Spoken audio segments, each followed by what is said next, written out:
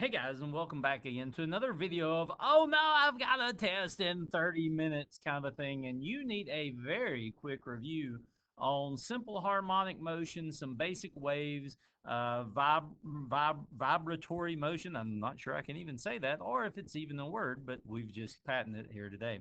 So anyway, without anything else, let's dive into this. So I'm going to need a little help from a FET to get us started in here. And so the first thing you have to understand is going back this equation that we know affectionately as Hooke's law up here. Pardon my funniness, Hooke's law. Hooke's law is just simple, a very simple equation that relates to the force that's needed to compress or stretch a spring, given by K, which is a spring constant. So in other words, every spring has a unique spring constant, and that constant is in newtons per meter. So basically it tells you how springy the spring is. And of course, x is just a displacement. Now, I think what gets some of you messed up when you start working these problems is it gives you like an initial length of a spring and a final length of a spring. Guys, here's the thing. All we want to know is how far was it compressed? How far was it stretched? So I'm going to go back to this FET I pulled up for a second ago. So like, here's a basic spring, and we've got a spring constant of 100. Obviously, it's changeable. And so what you'll notice is this. One thing, so let's 100 newtons of force, and look at how far we're able to stretch that spring out with 100 newtons of force. Well, what do you think would happen then if we make the spring, if we make it a little bit thicker, a little bit tougher? We'll increase it to 500. Now notice what happens as we try and stretch it. Well, obviously, now we've increased the spring constant. Now this 100 newtons of force no longer displaces the spring quite so much. Now, building on that idea of Hooke's law and that force required to, again, the big thing is X is this like this green arrow that we see in here. Now, the thing that we also need to look at is a lot of times if you apply force to these objects, you can actually set them in oscillation. So I've got two springs here, and I'm going to pause it for 1 second. I'm going to get rid of that thing. So I'm going to pull that 100 off here as well. And let's do this. Let's put a 50 on here and play. Let's let it go. And now I want you to compare what happens if we add 100, and we've got two identical spring constants. Compare the motion. Now, here's the thing. This motion is we refer to as simple harmonic motion, because what you actually see happening here is the object. Oh, let's do it in slow motion. What you can actually see is this motion is just repeating itself. So we watch it, it goes down to some maximum position back. And this maximum position is what's known as the amplitude of this displacement. So the very top, the very bottom, this thing has an amplitude. And then inside of that amplitude, it has some value of x for every single point inside here. Although if I pause it right, I kind of went by it a little bit there. But like if we could pause it somewhere in here, that's the position at which our x is actually equal to 0 at this point. So we've got some, wow, apparently I can just stretch it. I wonder what happens if I click. And room. And that's because I gave it, in this case, I gave it a large amount of energy when I stretched it. But anyway, you've got the idea.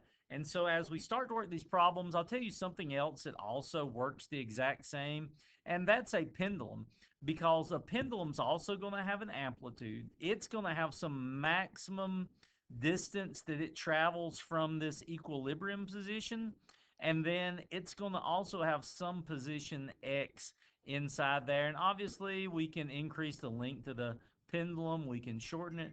And one of the things I want you to notice is we didn't talk about it a lot, but these things have what's known as a period.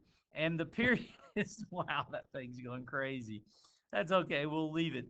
The period is the time it takes for this thing to complete one oscillation. Let's increase our spring constants. and see what kind of happens in here.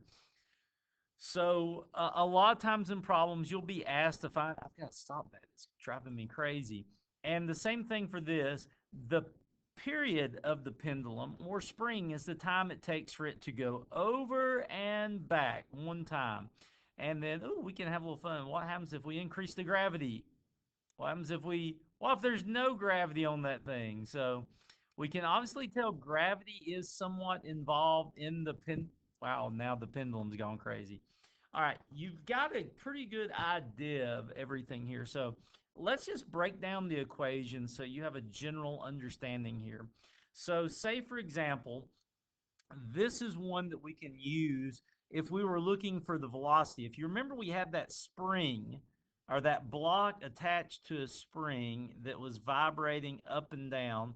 And so what we could actually do, we could actually figure out what the velocity at any given position. So we know that this thing has a maximum. So let's do this. Let's call this our equilibrium position.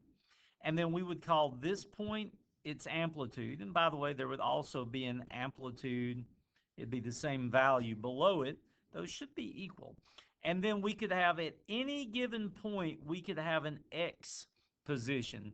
And what we could actually find through here as a result of this equation, we could find the velocity that that thing was moving at any position. And if you look at the formula, it's just the square root of K, which is your spring constant, the value of the mass that's oscillating, and then we can just go in the amplitude square minus whatever some position of it is relative to equilibrium. And then we've got two other equations. So this one that says 2 pi m over k square root, that's for the period. So that t is period of a spring, and you know this K is spring constant, M is the mass. And then for the pendulum, then we've got this same idea. All I need to know is the length and the gravity. And what you probably noticed that's missing from this is when it comes to the pendulum, there was no mass involved. We could go back to our, let's see if I can actually, I'd like to stop that completely. And let's start over with a little oscillation here. Notice what happens when I change the mass. Oh, it's really heavy. Oh, it's really low. And that's because when it comes to a pendulum, the mass does not make a difference. But obviously, the length, we can tell that as the length decreases, the period of the pendulum then increases dramatically at this point. And so there's only one other thing that you might have to kind of know about when you start doing simple harmonic motion. Depending on the instructor you have, you may also be asked to go a little deeper in terms of finding your X positions, velocities, and accelerations. Typically, we kind of reserve this a little bit for Cal-based physics, although it may show up in your regular physics courses a little bit. And so I'm not going to derive how all this is used in these videos, but you should have some amount of an idea. You'll notice this omega in here, and that omega is the same omega. If you remember, we'll go back to things moving in a circle. And so if you remember, we'd say that they'd have some angular velocity in there. It's just we usually refer to it as, in these problems, we call it angular frequency, is what we refer to this value as. But the thing is, it's completely based on our work of things moving in circles. Because here's the thing, guys. If you've got an object that's moving in a circle, I feel like I've just been trying to draw Pac-Man here.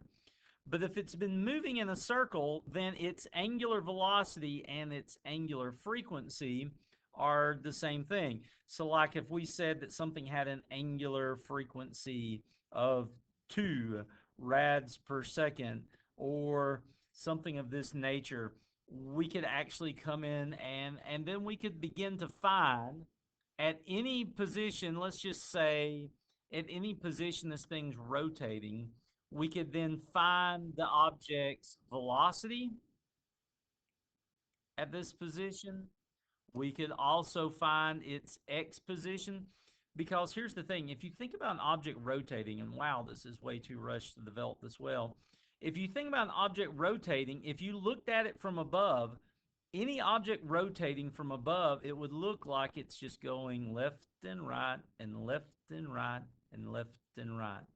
And so what we could use if we were looking from above, that's a symbol for an eyeball looking this way, by the way, we could use those three equations that you see to find at any given moment in the oscillation, we could use those to find a horizontal position, we could use them to find the velocity, and we could use them to find an acceleration. And all we would have to do is plug our values into this. A lot of the times, instead of angular frequency, you'll see problems give you like a frequency. And if it gives you a frequency, that's no big deal. All you've got to do is know that angular frequency is equal to like 1 over frequency. So like if a spring was oscillating at 2 hertz, then its angular frequency would be 0.5. And then you could take that, plug it back into these equations, and you could find anything you wanted to know at that point from that angular frequency. Anyway, this one was rushed, but hopefully you got a good basics on it, guys. All right, take care. Bye. Bye.